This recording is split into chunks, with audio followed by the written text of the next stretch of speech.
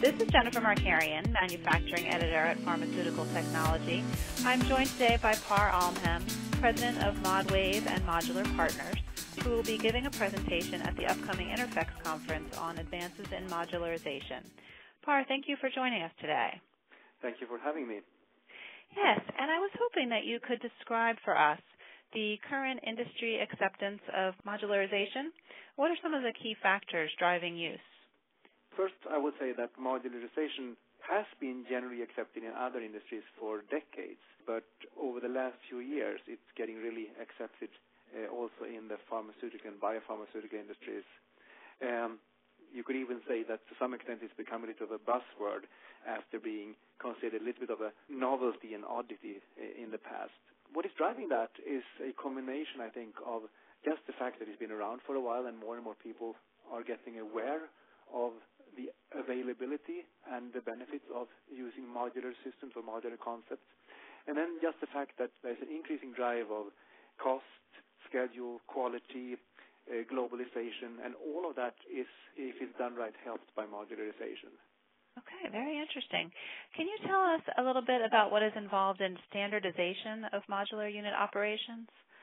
So modularization or modules is a very wide term and is often very inaccurately used. A module in itself is intended to be standardized. A module is something that has a defined function with defined inputs and defined outputs.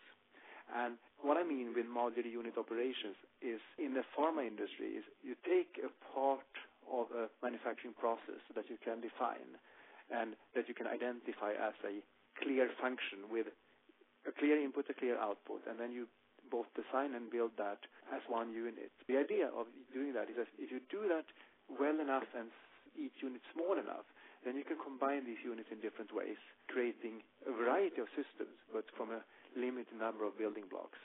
And these building blocks are then those modular units or unit operations. So one example could be a mixing skid. You could have a mixer with a feeding system and discharge system and controls all in one module, and it will perform a mixing function very accurately and very well defined, and you can use that in different combinations. Okay, excellent. That helps us better understand that. Now, what do you see as the future of modular manufacturing?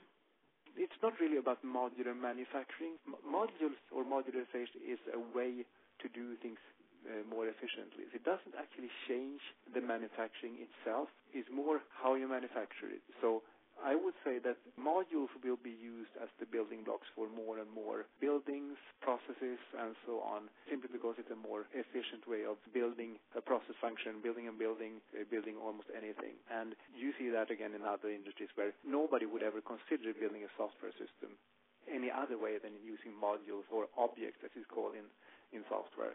And same goes for, say, car industry and so on. So we will see more and more modular systems and modular pieces of pharma and biotech facilities and processes. Excellent. Well, Pär, thank you so much for sharing with us, and thank you to the audience for your attention. If you'd like to hear more on this subject, be sure to attend Pär's presentation, which is part of a panel on modular systems that's going to be held on Wednesday, April 24th from 1:30 to 3 at Interphex. Thank you again.